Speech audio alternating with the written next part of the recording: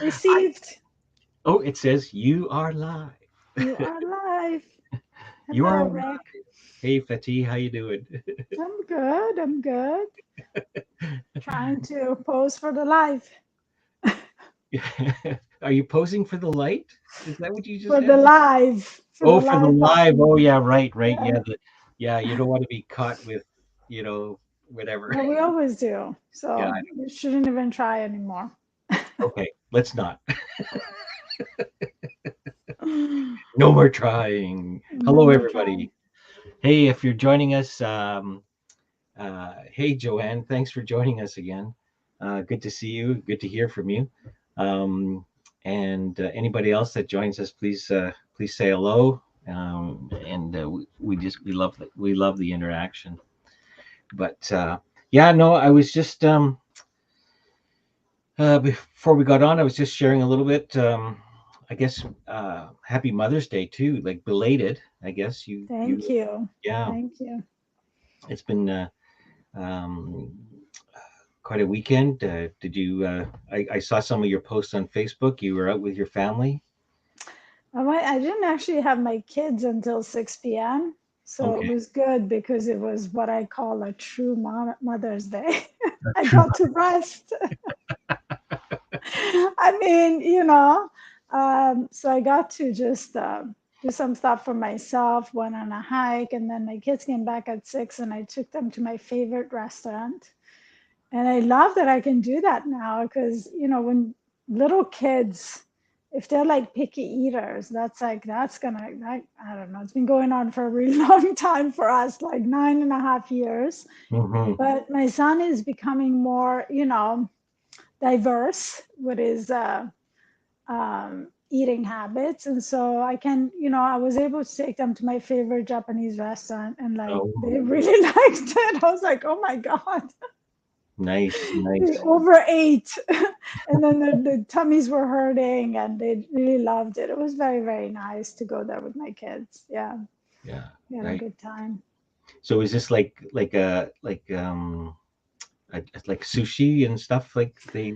Yeah, it's like a modern take on sushi. So what's inside? We're vegetarian, Oh, and so there was like a really good, you know, a lot of choices and really good like menu. It was a little more diverse than the usual cucumber and avocado roll. oh, It's a little more creative. It's like modern Japanese. So right. I would say maybe like more unusual ingredients like corn and cream cheese and guacamole inside a Guacamole. sushi roll. Yeah, yeah. It's like excellent. And Oh, it's been there nice. forever. Yeah. Yeah, yeah. Yeah. No, I have an insatiable appetite when it comes to sushi. Yeah, I yeah, in our paramedic days, there was this all night sushi restaurant, and we used to go. It used to be a quiet period between somewhere between 3:30 and 4:30 in the morning, Mm. and so we would go there, and it was like happy hour, so everything was half price. Like, They don't have those in New York. no, Nothing no. is half price. Hey, Paul, thanks for joining us. Yeah, no, but yeah, maybe I'll share an insight I had over the weekend if it comes up. Um, but yeah, it was a good Mother's Day birthday actually. Oh, birthday. Yes, Whose birthday? my youngest Angela, who's one of our big fans. It was her birthday. Oh, Um, happy birthday, Angela. yeah, and it was one of those little milestone ones, with there's a significant number to it, like 3-5. I don't know, but Three no, five is maybe. three. When did 3-5 become a significant Well, age? I don't know. I think maybe it goes in increments of five. Maybe I I don't thought know. it And was then the zeros, the big, the zeros, oh, the 40, zeros yeah, could be. 30, 40, I don't know. I guess 50. so. You know what? I guess, but anyone could be one, right? Anyone could be one. I And this mean, one it's just just a happened to number. fall on Mother's Day, which was really unique. My third daughter, her birthday. Actually, she was born on Father's Day. Oh, Yeah, nice. so that was also special. But yeah, no, we had the big crowd. We had an outdoor event, and out here on the West Coast, it's a wet coast, and Mm. and so we had everything. We had hailstones, we had rain, we had wind, and we had sunshine, and we had It's eventful. love and laugh, love and laugh. That's pretty well all of it. That's Um, amazing. yeah, but yeah, so here we are. And I remember we talked. I mentioned this topic to you, and you responded back uh, with it's a hot topic. It is a hot topic. Well, That's what I drives our didn't. lives. Well, yeah, I know, and we talk about it as coaches quite a bit. I didn't.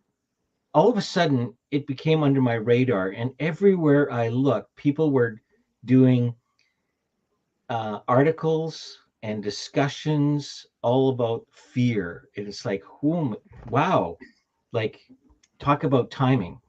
Hmm. Yeah. What's your reticular activating system got engaged? Now Yes, you're noticing all these things, y- right? But I mean, everything that we do is driven by fear, right? Where the survival mechanism gets engaged by fear, right? yes, yes. And like the need to protect ourselves. So, yeah, it's a very, very hot topic.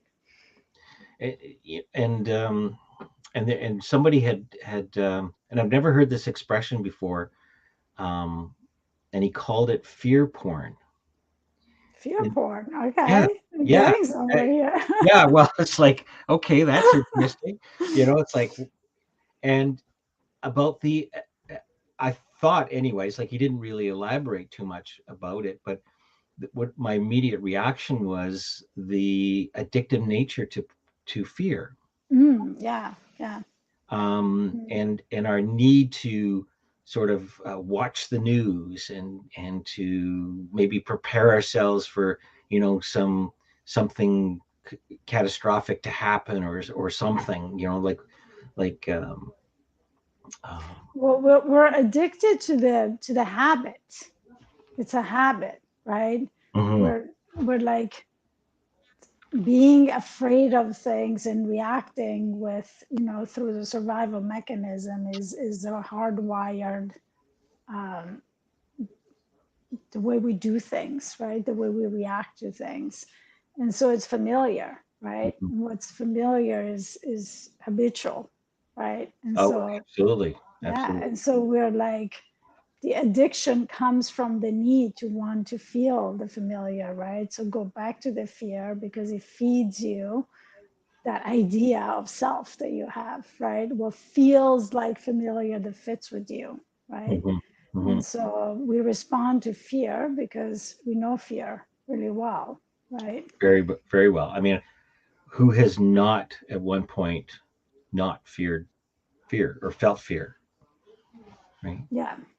Just the problem is that 99% of the time that fear is amplified and not really real, right? The Pardon? fear is Pardon? just it's just not something that is happening in that moment unless you're in a moment, right, where something dangerous is happening, where we've talked about this many times.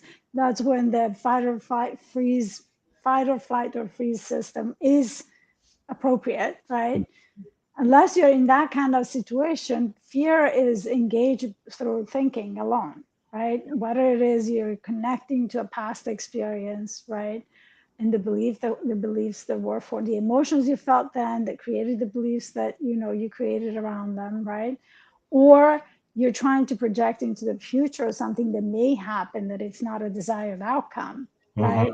Hmm. And you take that past experience to recreate to be able to predict that future, right? You want your future to be predictable because when something is predictable, now you know what you're looking at, right? Yeah, We yeah, don't like the unknown, right? yeah, yeah. So yeah, like most times fear is not, well, first of all, it's not appropriate because your life is not in danger, right? But it's kind of not useful.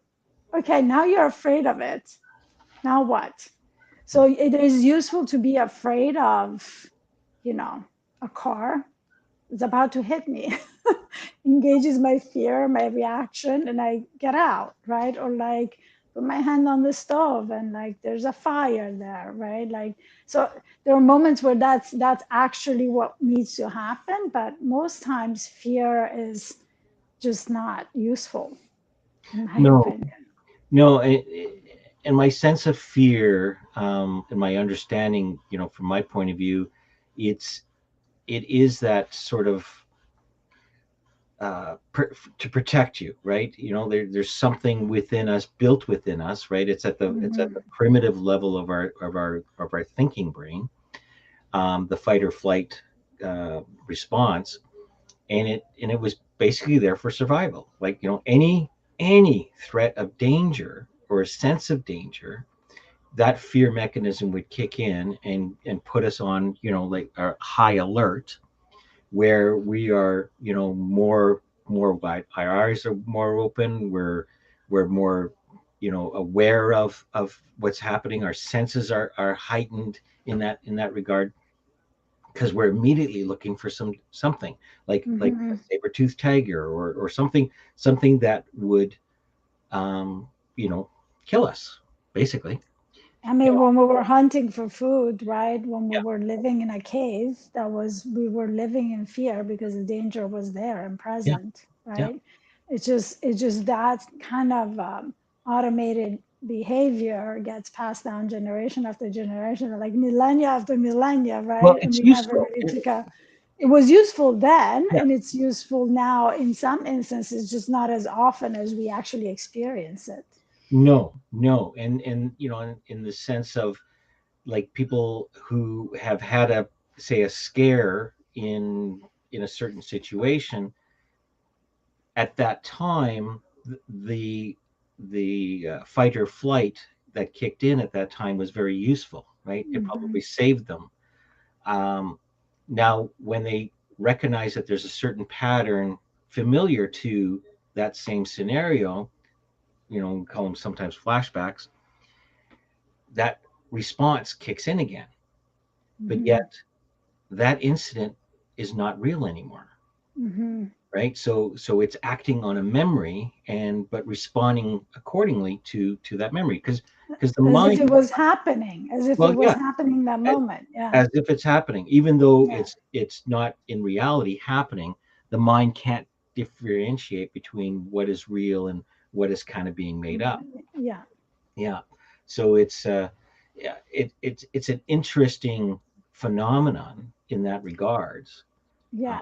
And it's something that happens, and it's yes, something that we feel and experience, right? So, and we feel um, it is very, very real. very real, very Yeah, real. So we're not saying by any means that if you're fearful of anything, there's something wrong with you. yeah, But it's important to know how to manage it, right? You're going to feel fear. You're going to have that automated response. It's not something you can control. You're going to have it. It's just how long are you going to live in that? How long are you going to experience it? That greatly determines your experience of life, yeah, right? If you're constantly in fear and anxiety and you let yourself stay in it, you're not changing the situation and you are living in that condition, right? yes, And that constant. creates disease, that creates, anxiety, creates, unhappiness, depression, right? So we're not saying you're not allowed to be afraid. I actually just had 2 weeks of fear, Mm, because of things that are happening in my life, right? Where yeah, I felt triggered in that sense, right? yeah, And again, like all feelings, the way to tackle it is by letting it express fully, right? Then with the awareness that it's temporary now, and like that you need to, it's just an alarm bell, right? mhm, So mhm, now you have to look at something, right? But it's not the alarm bell that tells you, there's a fire, or like you just have to gauge how loud that alarm bell is and what is it pointing at. And it's not always pointing at go save your life, right? yeah, So you again, fear can be very useful because it can just point at something, right? But the faster you manage it, right, and the faster you can think about the situation or the cause of your fear, and figure out creatively, effectively what to do about it, right? And really see what can I do, right, Hmm. to Hmm. change this outcome? What can I do? Or is this really even true, right? Well, you bring up a couple of interesting points because part of the subtitle of our conversation today is conquering or releasing, Hmm. right? Yeah. We conquer or release, and for me, uh, they have two different flavors, Hmm. right? One conquering feels like there's a bit of a doing to, like a bit of a Hmm. working through, possibly more of a struggle to get by. It's like you're pushing something that's solid. It's a challenge. It's a bigger, it feels Yeah, like a challenge to yeah, conquer, yeah. right? And release has something more gentle to it. I mean, I think, I personally think they can both be appropriate, right? Because fear is not just one thing, right? Some of fear, there are certain things that we may be afraid of that may likely happen, right?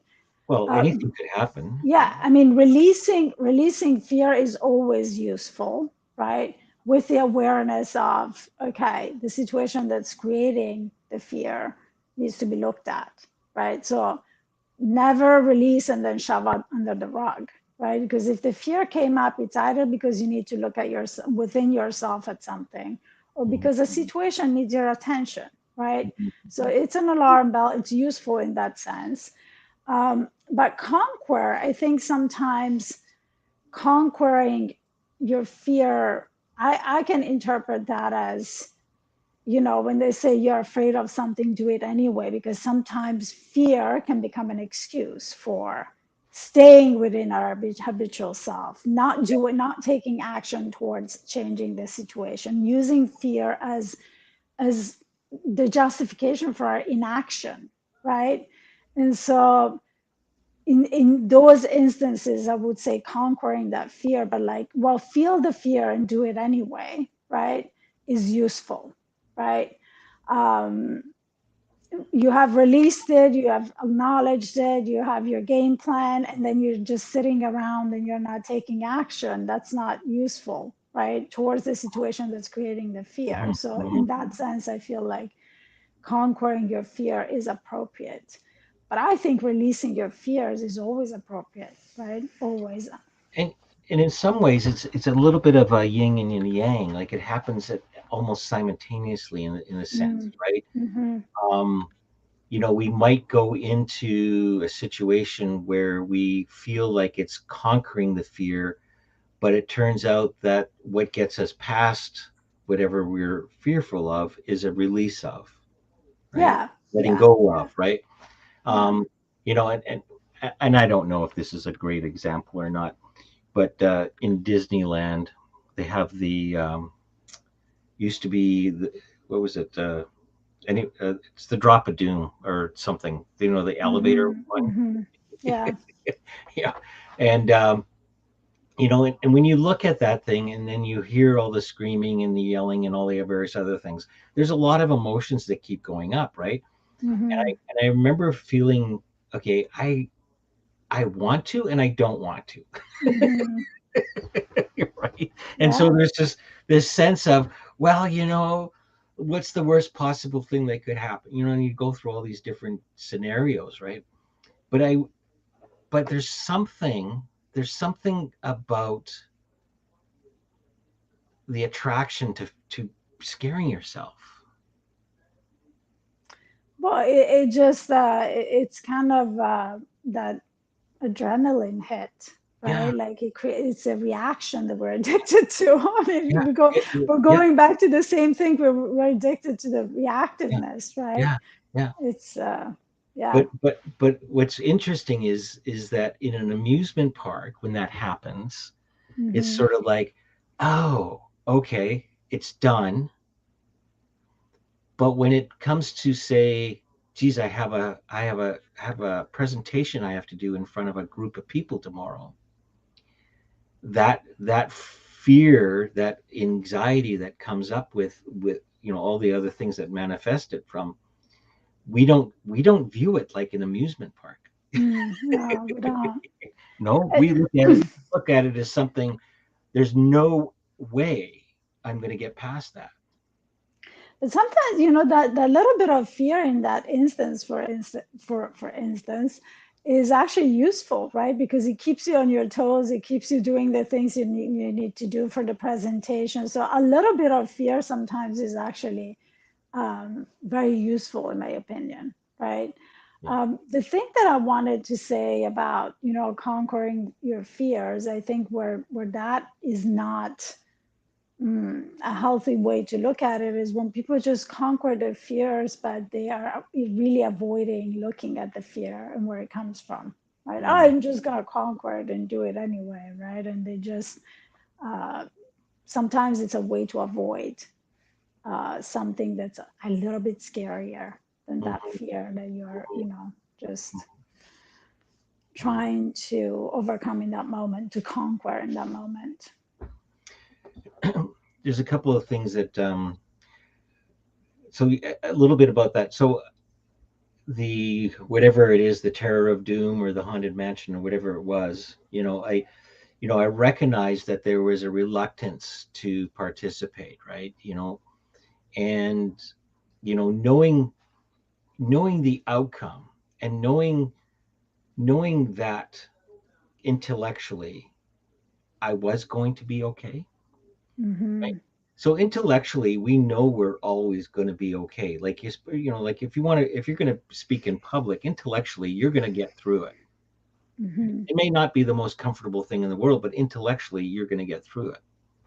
Um, and you understand that from an intellectual level.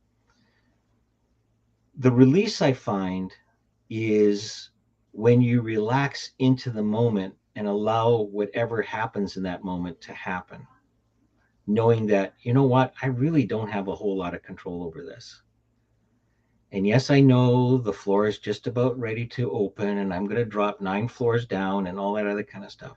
Or I'm going to walk into a room and there's going to be, a dozen, 50 people. Whatever's going to happen will just happen. And for me, that's the release I feel, um, of the fear of, and then it precipitates with action. Yeah. It follows with action. Mm-hmm. I mean, I think one good way to look at a situation like that is really to kind of a little bit what you were hinting at. Well, what is the worst that can happen, right? And really go there, because fear is like the worst case scenario that you're creating in your head using your past experiences, right? You're projecting it into the future. Okay, so let's say that's okay. This fear is real. What is the worst that's going to happen, right? And then what then? And then what then? And then what then? Until you get to the very bottom of it. And the bottom line is, well, you're not going to die doing a presentation. Right? It may feel like you're going to die. So, what are you really fearing, right? And I think that when you answer those questions, what is the worst that can happen, and and you keep going Oh, down dig, dig, that, dig, dig. yeah, Yeah. you get a lot of actual answers around what the fear is, and you realize that it's not at all connected to the thing itself that you're about to do. It's No. very much pointing the finger of inner work that you need to do, fear of rejection, or like, I'm not going to be good enough, right? Because People the will think. situation itself, what's going Yeah. to happen, right? Yeah. Maybe you blank out for a second and then you'll keep going, Yeah. right? It's really like the actual thing is not, you know It's but never. there's nothing to be afraid of, right? It's Yeah. more how we feel about ourselves, right? Well, and that's what it comes down to. It's the insecurities that are actually creeping in, Hmm. right? And it's a hint of sort of what our habitual conditioning habits of thinking start to appear, right? So Hmm. fear for me, like if you break it down, whether you call it false emotions appearing real, or um, their feelings and emotions, that it's just like you said, they're indicators to, for me, the kind of, or the quality of thinking that's going on in the moment. Mm-hmm. Mm-hmm. um, and that, any thoughts or feelings that I'm having, I'm operating, whatever's happening in front of me, I'm operating from that point of view. What we see though is at the surface, right? When we start deep going backwards and saying, like even asking the simple question, like, okay, so what's the worst case scenario, right? People are going to laugh at me, or something, something, something, something, right? It really comes down to a few of the key things. Like it could be, well, I'm not good enough. Well, if you're not good enough, what does that mean? Well, I'll be homeless. If I'm homeless, what will that mean? You know, and then you start to find that the root of it all is where you're really operating from, Mm-hmm. right? It's not for the fear of public speaking or doing whatever. It's the root of, I don't want to, in some cases it feels like I'm going to die, like, or I'm not going to be the person I wanted to be in the first place, Mm-hmm. right? Mm-hmm. Um, as if Like that was the the thing. But like the event itself, the thing, the person, the situation, the event, whatever it is that's causing the fear is actually the trigger, well, yeah, right? it's not It's causing the what's fear. Yeah, yeah, yeah, it's the trigger, right? It's triggering this whole chain reaction within you. It comes from deep down, but it's manifesting in fear that's being triggered by that situation. But what is actually creating the discomfort is much, much, much deeper. yeah. Again, unless it's an imminent danger, Well, totally, right? totally. Yeah, Yeah, yeah. yeah. I mean, that we have our own spidey sense. Like I remember being as a paramedic. um and maybe it was watching all these horror movies might have helped, but you know like we came into a call where we had to go down into a basement, and in the city where I was working, a lot of larger homes were turned into apartments. Mm, So they made suites down in the basements, and they at this one place, we walked down into this gloomy little basement, and all they had was these incandescent light bulbs. And I bet you they were like 30 watts. Like they were mm, barely glowing, right? And and as we're walking down the corridor, the hairs on my back of my neck were starting to stand up.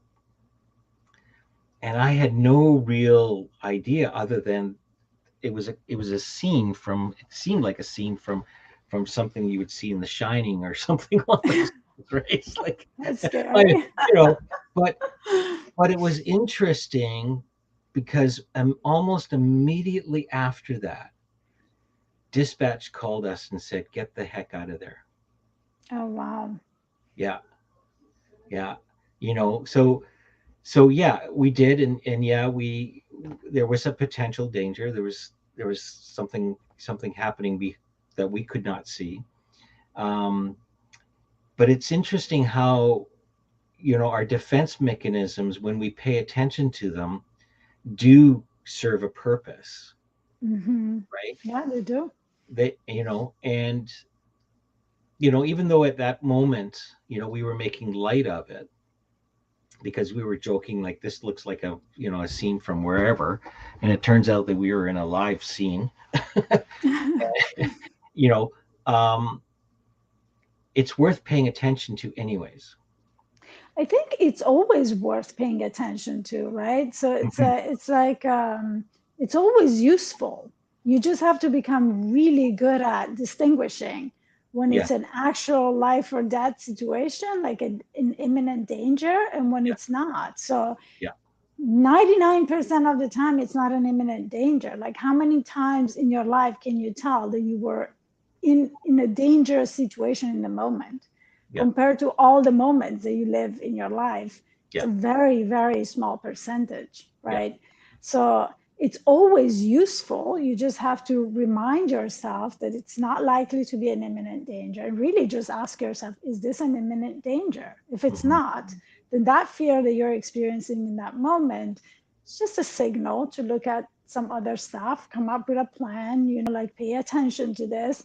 But the actual fear itself, the anxiety and that creates, and the really disempowered state of being that you're in is absolutely useless and actually kind of creates more of the same, right? Yeah, yeah.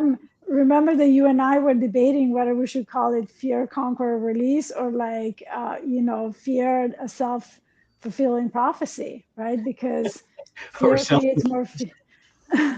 Self-fulfilling project. or project, yes. um, right? And some people So, do that. Some people do turn it into a project that I am going to, I am finally going to get rid of this fear. I'm finally, whatever. I'm going to, mhm. you know, that's my New Year's resolution. I am going to whatever, right? Um, I would say it's always a project. It's yes. always a project to figure out, is this actually an imminent danger? And if it's not, what is it telling me? So what is it then? Yeah. Yeah, what What is is it? it? Yeah. Because the fear itself is doesn't feel good either, right? It just feels terrible. I'm curious. I know we have a few people listening. I'm curious if in the comment section, if people be in, would like to share what I won't put your name on or whatever, and but I'm interested in the kind of fears that people confront on a regular basis. What are some of those fears?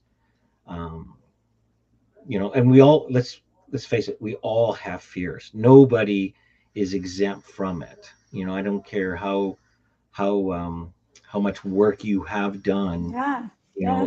In anything, fear of something usually comes up, and it forms a blockage of inaction.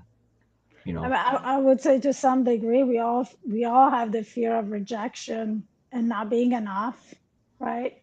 Oh, Not being seen, not being heard to different degrees, right? To yes, different degrees. So we yeah, all have fear. I yeah. don't think anyone is exempt from fear. Oh no, no, and it pops up. Um, you know, uh, Fear, I have a fear of making a wrong decision and someone's life is drastically affected. not losing a child. Yeah, yeah. Adina will have to talk about that one.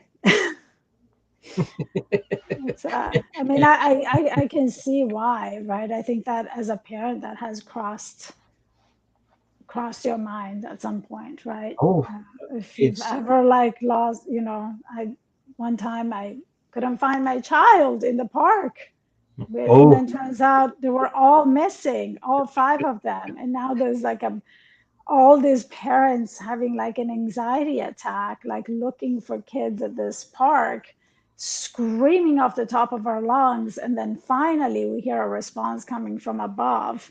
They were all on the tree. mm, They had all climbed up on the tree and we couldn't find them anywhere. I'm like going by the water, I'm going in the street. Like I had the worst moments of my life, right? So I think that is probably the worst thing as a parent that you can think of. And I yeah, would say, don't feed that thought. Don't feed that thought. Like, immediately remove that thought because that is absolutely not an imminent danger. That is not, something that is happening. And so why feed it, right? There's no, yeah. I mean, as someone who has lost a lot of people in her life, I had that. I had that for a really long time in my life. And yeah, then when my husband died, I was like, oh my God, like this keeps happening. So yeah, I'm very careful when I think about that, but I can see how that's something that as a parent you really fear. yeah. It and it's natural, right? I mean, that part is the natural piece to everything, right? Yeah. Like, and to say that there's something wrong with that fear, like that thought, is to diminish it. It's to diminish it, right? No, there's nothing wrong with it, but No. it's, yeah, but What it's what natural. gets I in think it's very natural. Yeah. Absolutely, but what gets in the way is like any strength that we have. If we overuse that thought, if we overuse that strength, it will become a weakness. So Hmm. what I'm pointing towards is the blockage that's created by is it true or not true? Mm-hmm. Right? Sure, there's a potential. Sure, there's all this other. But if say if you operated from a really strong feeling, and I'm talking exaggerated feelings here, if you had a strong feeling that you might lose your child, your protectiveness would overpower everything, right? So you'd be totally operating from that point of Your reference. decision making. Yeah, you're going to make Everything, decisions from everything, that. right? Yeah. So when you see overbearing, when you see control, kind of a thing, it's where's that coming from? Well, it's a fear. Is that fear true or not true? Right? um and like you said, 99% of the time, right, there is no real threat. And you know and we can release some of that, I right? mean, even Then we let's don't take care. this fear of losing someone that you love. That's not it's not real until and if that happens, right? Yes. So it's actually not real. You're creating that in your head. Yes. You're creating a worst case scenario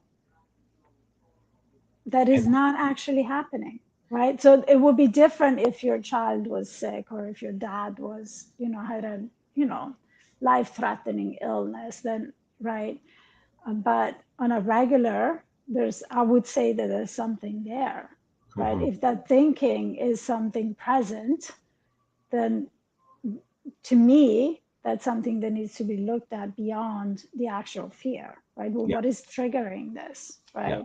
What yeah. else has happened in your life that has led you to think this way? In my case, it was losing my dad when I was a child. And then every time I got close to someone that I really loved, the first thought that I had was, what if I lose this person, right? Mhm, mhm, I had that fear with my husband and mhm, he ended up dying, right? And so that fear after his death got really reinforced, right? mhm, People that I love in my life end up dying, right? mhm. Until I did a lot of work and realized that, it was the experience from that experience. That's a belief that I created for Yeah, myself, right? yeah, And I believed it. And yeah. therefore I fed that thought. And therefore You I acted you acted made accordingly. decisions, yeah, Yeah, according to that thinking. yeah, So, but when I really looked at what was underneath it, it had to do with losing my dad suddenly, right? yeah. And parts of that experience that were completely unprocessed, right? So I think, even the most like they're never like I don't think their fears are ever to be dismissed or diminished, right? So even the silliest thing, right? Like losing a child is a pretty serious fear to have, but like something silly, right? I'm afraid of, I don't know, fish or whatever it is, right? It's always to be looked at. Where is it coming from, right? What is Yeah. underneath that? Where did this belief come to be, right? When was it? Why? I there's a couple of things. I have can I share a chart? I Of think I've shared course. this with you before. Um, it's something I kind of thought about. Can you see that? Mm-hmm. Good. Yeah. So I I was thinking this is a while back, but I was thinking about the false emotions appearing real, right? Mm-hmm. That whole what we're pointing towards, is that fear is an illusion, unless of course there's something immediately happening in the moment, right? Because we're only living in the moment.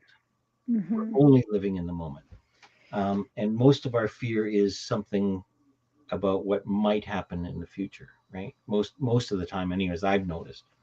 So but I also noticed that if I broke it differently into FE meaning feelings and emotions, and A being action, and R being the results that I'm achieving, I can actually look at fear a little bit differently in the sense of wondering where my emotions are Mm-hmm. in the moment. Mm-hmm. And that if I'm in a low state, which would be sort of like a high fear moment, my actions are diminished, and of course my results are even more diminished. Right? Yeah, because they're directly proportionate to the Absolutely, actions that you take. Yeah, absolutely, yeah. absolutely. When I and for me, it is always not always, but it's sort of the this sense of release of the feelings and emotions, like Hmm. understanding that all they are is feelings and emotions until I make something more of them. Right? So if I make something more of them, I'm going to act according to those meanings, and then my results will happen accordingly. So, but as that changes, so will my actions will change, and I'll naturally have better results. But So I don't they're know. Yeah, it's all consistent with with the feeling, right? So yeah, if it's an empowering feeling, then the actions and the results are going to be reflecting that, and vice versa, like you were yeah, just saying. yeah, yeah, yeah. So it's I so love that. yeah, I love how you changed it up to make it more of dynamic, like, well, what does it really mean in in like concrete terms, right? yeah. Well, that's Well, what in it more means, practical concrete terms term. too, Yeah, right? yeah, yeah, Because practical terms. in my past life as being a paramedic, this part here, when I'm tasked for to to do something and produce a certain result, and even in corporate business, like if you're in business, right, where your actions produce the results, where do you want to be, right? You Hmm. want to be you want to be up here as opposed to being down here. And if we're always operating from a fear-based model, then we're not being as fully effective, um, um, in whatever we do. Well, we're constantly coping and managing the fear, Well, right? Because it right, is uncomfortable, yeah, right? And so we're not going to take we may not even take any action because of fear, right? We may absolutely, just be completely stuck because we are afraid of the yeah, outcome that we abs- have created. It's yeah, not real, right? yeah, So it's really, there's nothing wrong with the fear itself. It's just how long you stay in it, and how do you react to it, like how much do you let that fear dictate the actions that you take, and that's really proportional to how much you feed that thought, how much you stay in it. yeah, yeah, yeah. No, absolutely. And and when you're reflective enough, right? When we're in it, sometimes it's really hard to see it, Hmm. right? Others see it. This is the quirky part about it, is others see it for what it is. Well, see, the Yeah, observer's view. yeah. It's another view, right? It's another view, but when we see it for what it really is, that's the insight. That's the raising of the elevator. Yeah, And for me, part of that conquering is recognizing um, what it is, and then what my definition of courage is: acting accordingly in spite of the thinking, the fear. yeah. Yeah, and by the way, I want to speak to the observer's view for a minute, because you and I talk about this stuff that's very like coachy conversation. Yeah, But like, why is it that someone else can notice this so easily? They can spot it. Well, the reason is because they're not feeling the emotions, right? They're not at the mercy of that fear and those emotions, and so they have a much, yeah. The snow globe is not shaking. He loves that snow globe. I love my snow globe. Right? There's not as much static, as much noise going on for them, so they have a clearer view, right? That's why it's important to kind of get that outer perspective for our own selves. We can do that for ourselves too, and the way to do it is by shake your snow globe, letting that settle, right? Yeah, So when you let the fear settle, you let the actual emotion calm down by releasing it, by acknowledging it, right? Now you have a clearer view too, and now you see things more objectively with that observer's view. yeah. And it's interesting.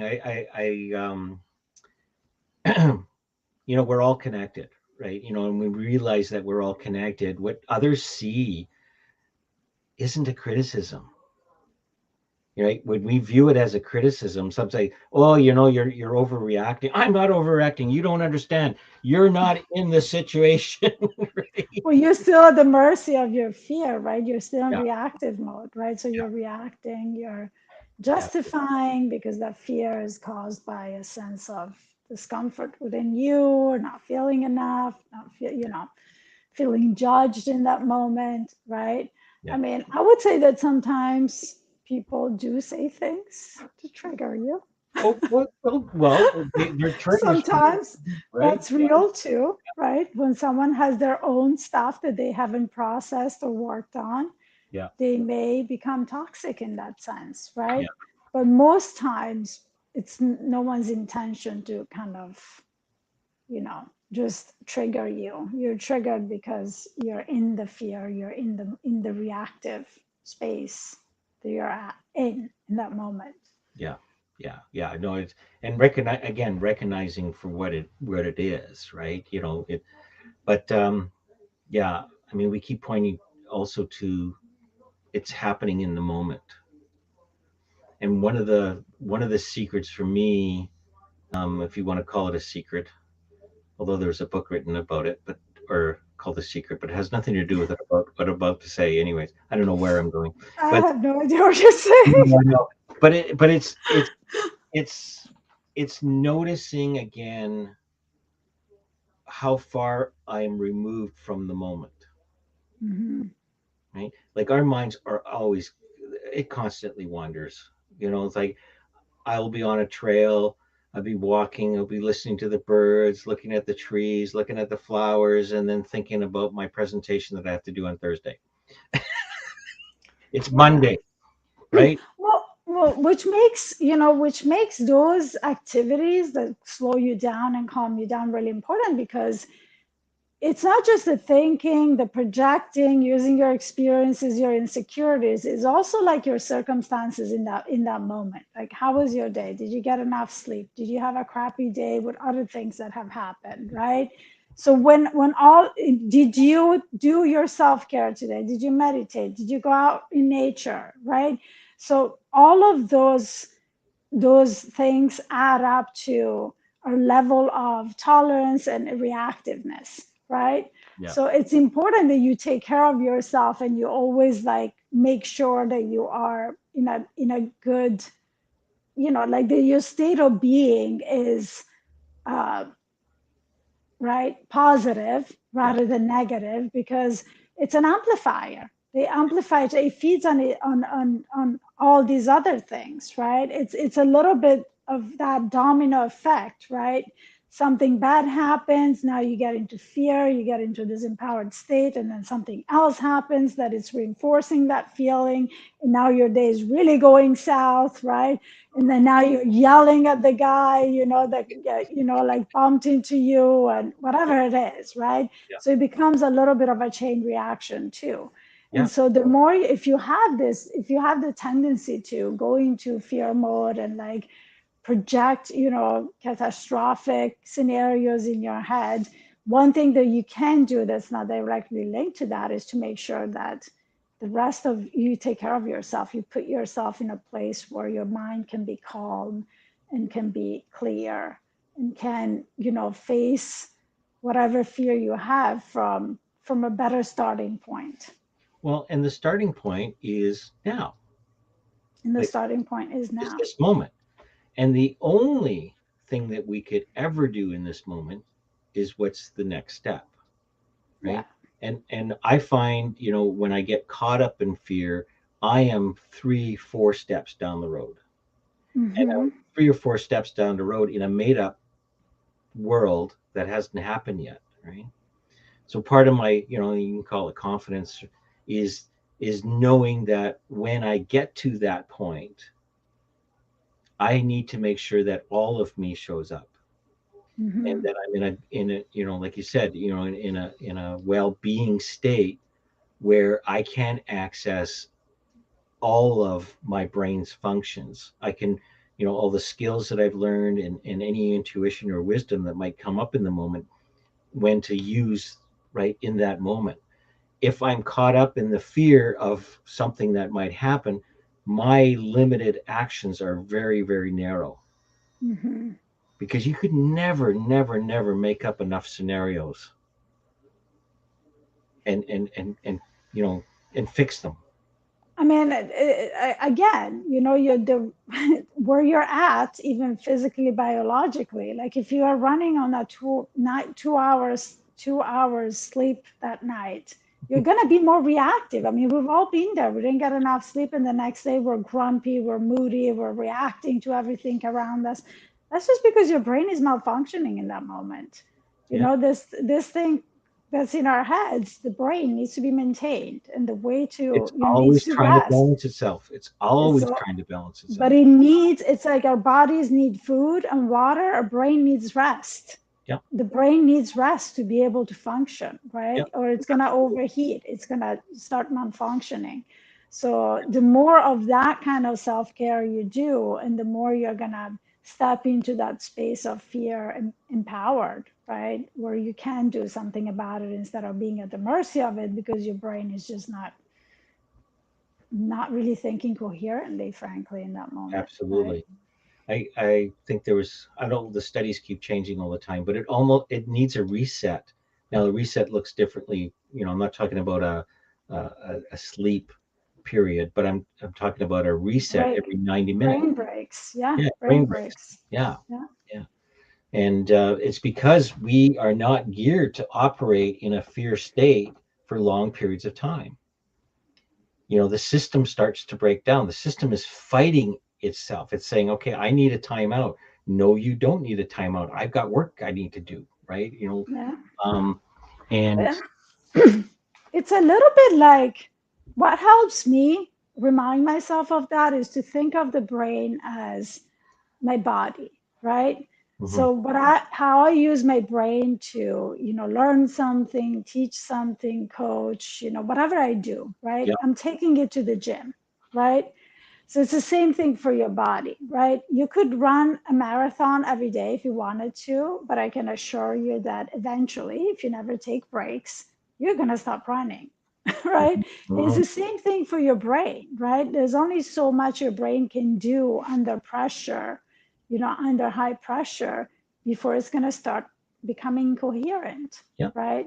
yeah, So the same thing is true. It's like, how much weight can you lift in like an hour and a half, before you become tired? And we often, what we do with our bodies, we just stop, right? Because the body maybe gives in that moment. yeah, But yeah, the way that your brain gives in is by really like malfunctioning.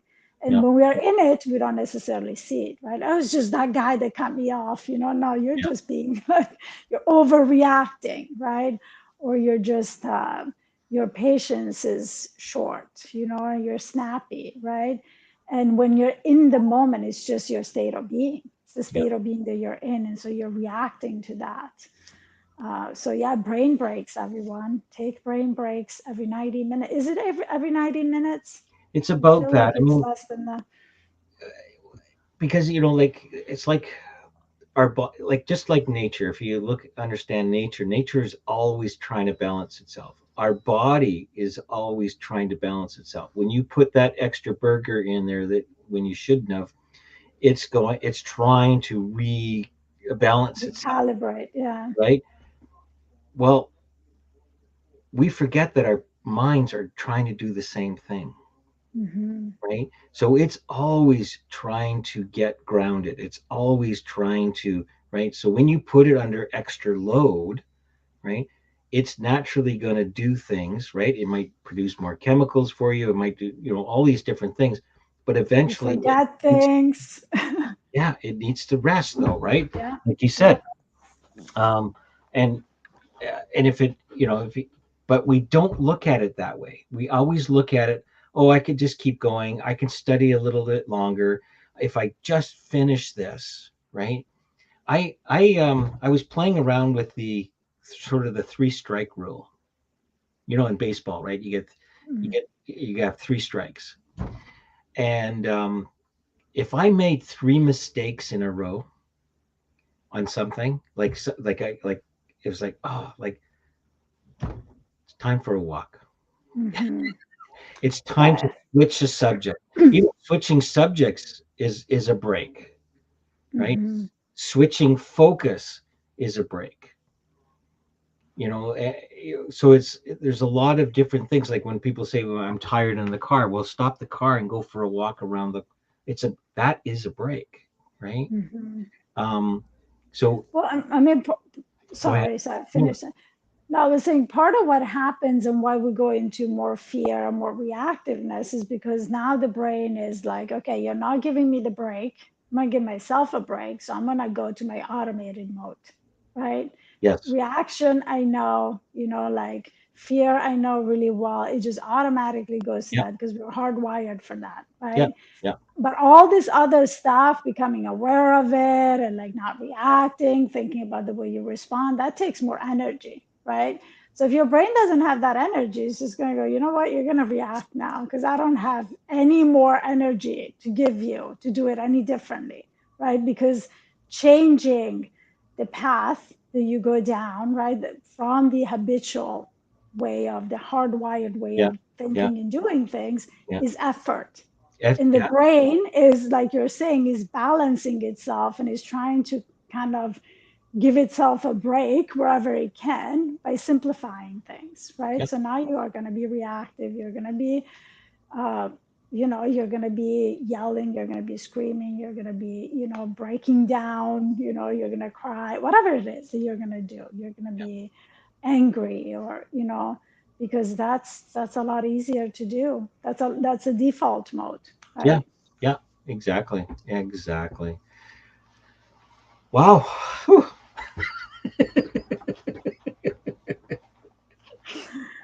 Yeah. It's a great subject, and I mean, it's something we deal with a lot in our conversations with people. um and the other thing is it doesn't have to be a big struggle either. Like it, I know sometimes there are people say, if I can just get over this one fear. Yeah, and then they get stuck, and and then it's just too big of a leap, and Yeah. they can't just get over it, right? But I would say step one, right? Step We're one. always looking at this moment and one step at a time. Step one, notice. Yes. You start noticing every time that, or before you notice, ask yourself, is an imminent danger? If it's not, right? So notice that you're in fear and ask yourself, is this actually happening right now? Yeah. Right? And then you take it from there. If you Yeah. think about all the steps, it's going to be too scary, too big of a step, and you're not going to do it. You're not going to conquer your fears. And I know, but one of the things that I find very, very helpful is Why are you not, shaking that now? well, it's to say not to add anything more. Okay. You have to explain it, Rick. You can't just shake that. You can't just shake this. What I was saying is, when you're shaking your snow globe, don't keep shaking it thinking it's eventually gonna settle, right? It's not. Yeah, It's you not, have to slow down. right? You can't, if I worked harder, maybe I might get over this. If I right, it's like, no, no, But no. if I create all the gazillion scenarios of why this is going to be a disaster, you keep Yes, shaking yes, it. yes. Yes. All you're doing. Sorry. Why are you shaking it? See, that's habitual for you. You're just shaking the Well, cloth. but it's a good reminder for me. It's like, okay, am I It am is. I adding more than I need to? I need it's more. I need to let go more of, let release more of, right? So And anyway, again, releasing doesn't mean ignoring. or giving up, or Release, yeah, yeah. It doesn't mean that you're ignoring it or giving it up or not paying attention to the situation. It just means you're releasing the pressure that you yeah, feel on the inside so that you can look at the situation and come up with a useful solution yeah, to your problem or absolutely. challenge. Yeah. So yeah, top of the hour. Thank you very much. thank you, everybody, for coming and your comments. Um, if you'd like to hear more, put it in our chat. Like we could always bring this. I'm sure this subject will come up again. It often does, right?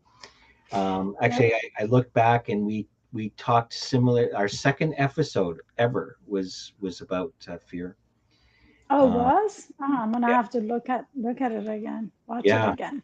yeah. I probably Um, haven't watched it. No, I Thanks, did, Adina. actually. Yeah, everybody. Paul had. I have to share this. Thanks, Paul. He says, "Great conversation. I'm fearing leaving this chat as it's getting late here, and See? he's over across the water." Um, but no, thanks everybody. Thanks, Fatih, for another great conversation. Thank you, Rick. I love your new take on the word fear. There you go. Feelings, emotions, actions, and results. End results. Yeah, I love it. yeah, yeah. Thanks, Joanne. And hopefully we'll see you next week. And if you have any other topic that you guys are interested in, that we would like to have you, we'd love to have a explore it or chat about it and have you come in and share it with us. But we'll come up with something for next week for sure. Well, we always do. We always do. Yes. All right, everybody. All right, Thank you very much. everyone. I'm gonna hit that See you button. next week. Oh, and share our episode if you found some value, and make sure you like our Facebook page or the YouTube channel and subscribe. So we just feel the love when you do that, right? Don't we? Feed it. Feed the love to us. Feel the love. Yeah. Yeah. All right. Bye. All